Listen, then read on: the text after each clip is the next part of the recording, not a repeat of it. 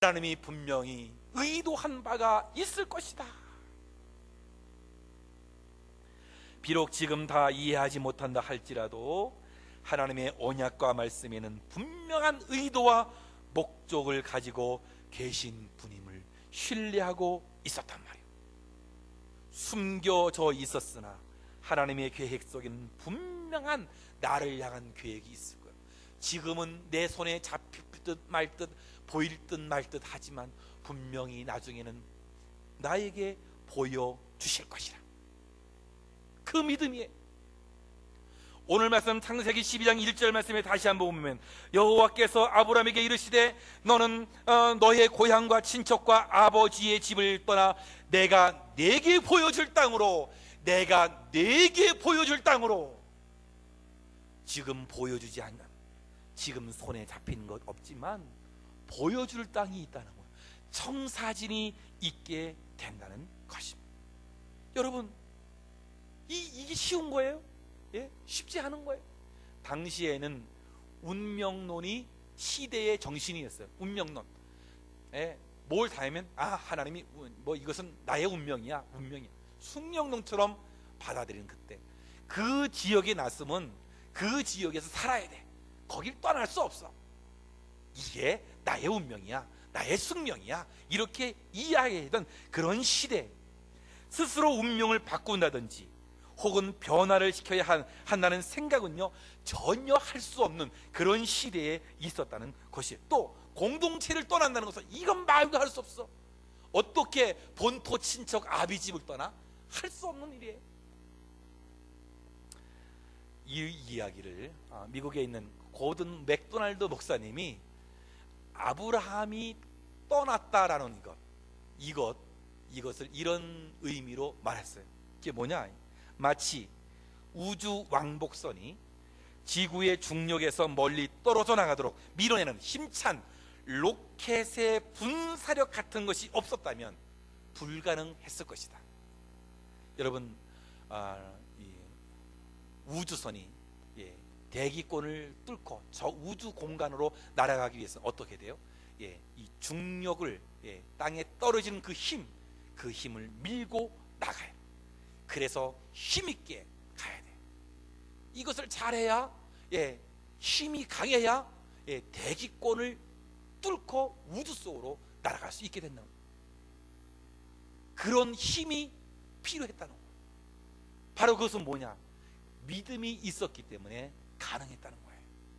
여러분, 새로운 인생을 살기를 원하십니까? 한번 나도 바꿔보기를 원하십니까? 이런 믿음이 있어야 돼요. 로켓 발사를 위해서 그 강력한 분사력이 있어야 돼요. 어떻게 보면 인생을 거슬려 가는 그런 것 같은 마찬가지로 내 족속을 떠나라. 고대에는 개인의 결단이 이루어지는 일이 없어요. 다 뭐 어떻게 다 같이 이동하는 건데 어떻게 한 개인이 떠날 수 있겠습니까? 안 된단 말이죠. 이 엄청난 희생을 치르고도 아브라함이 순종한 이유가 무엇입니까? 눈에 보이는 보장이 없어도, 약속된 것이 없었어도 어쩌면 죽음과 같은 결단을 하고 떠난 이유는 하나님이 내게 펼쳐질 숨은 의도가 있었을 거야. 하나님께서 보여줄 새로운 뜻이 있을 거야. 나를 왜 멕시코로 보내실까? 하나님의 새로운 뜻이 있을 거야. 왜 하나님께서 멕시코로 보내실까? 하나님의 분명한 의도가 있었을 거야. 이런 믿음. 사업이 부도가 납니다. 자녀들이 고통스럽게 되어집니다. 건강의 위기를 맞습니다. 때로는 감당하지 못할 일들이 우리에게 막 생기는데 이때 희망은 사라지고 주님을 신뢰하는 믿음의 길은 가기가 너무나 어려워지는 이러한 때 우리가 어떻게 이것을 극복하며 살 수 있을까? 하나님의 숨은 뜻이 있을 거야. 하나님의 분명한 뜻이 있을 거야. 믿으시기 바랍니다. 세 번째로 오늘 이 아브라함의 믿음은 어떻게 세상을 이기는 비결이 나왔습니다. 바로 그것은 말씀을 쫓아가는 믿음이었어요. 말씀을 따라가는 믿음이었어요. 오늘 말씀 4절 말씀을 볼까요? 예, 그 말씀을 이야기해 주고 있어요. 이에 아브라함이 여호와의 말씀을 따라갔고, 이에 아브라함이 여호와의 말씀을 따라갔습니다. 아브라함은요, 사람을 쫓아가지 않고 말씀을 쫓아갔습니다. 아비도 친척도 중요하지만 하나님의 말씀을 쫓아서 마침내 가나안 땅에 들어갔더라. 아브라함은 환경을 쫓아가지 않았어요. 그가 본토를 떠난다는 것은 큰 위험 부담이 있었지만 그는 하나님의 말씀대로 본토 친척 아비 집을 떠나 상식을 쫓아가지 않았어요. 물론 우리는 이 세상을 살아갈 때 상식적인 사람이, 상식이 통하는 사람이 되어야 합니다. 그러나 믿음의 세계에서는 상식을 뛰어넘는 것이 있어야 된다는 거예요. 여러분이 잘 아시는 베드로라는 사람 이야기를 좀 하겠습니다. 그는 갈릴리 바다에서 잔뼈가 굵은 사람이에요. 갈릴리 바다에 너무나 잘 알아요. 언제 고기가 어디가 있고 어디가 많이 있고 너무나 잘 아는 그 예수님을 만날 때 그는 베테랑 어부였던 것이, 그런 그가 고기를 잡지 못했다면 다른 사람도 애써봐야 헛수고고 다른 사람도 잡을 수 없는 것이, 베드로가 밤새워서 고기를 잡으려고 노력했지만 실패하고 물가에서 그물을 씻고 있는데 목수 칠시는 예수님이 오셔서 깊은 데로 가서 그물을 던져라, 깊은 데로 가서 그물을 던져라. 아니, 목수가 와가지고 깊은 데로 가서 그물을, 나는 뭐 누구냐, 어부요, 나는 베테랑인데. 이 베드로는 자기에게 자기 실력을 이야기하지 않았어. 자기 경험을 말하지 아니했던 것이. 누가복음 5장 5절 말씀 보니까 시몬이 대답하여 이르되 선생님, 우리들이 밤이 새도록 수고하였으되 잡은 것이 없지만은 말씀을 의지하여 내가 그물을 내리라. 말씀을 의지하여.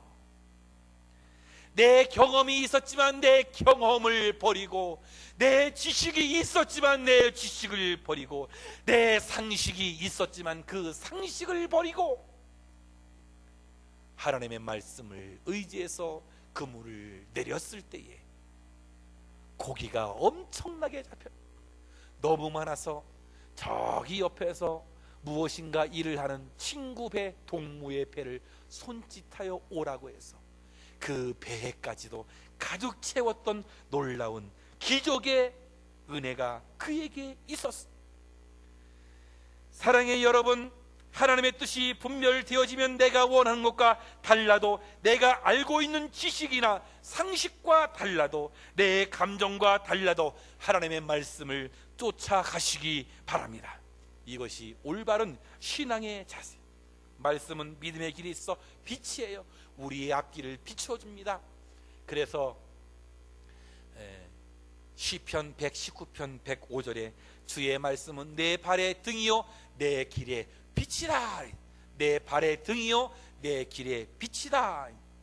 예, 말씀을 따라가면 그 길이 밝아지게 되어지고 그 길이 열려지게 된다는 것이, 여러분 삶에서 이 기적을 경험하시기 바랍니다.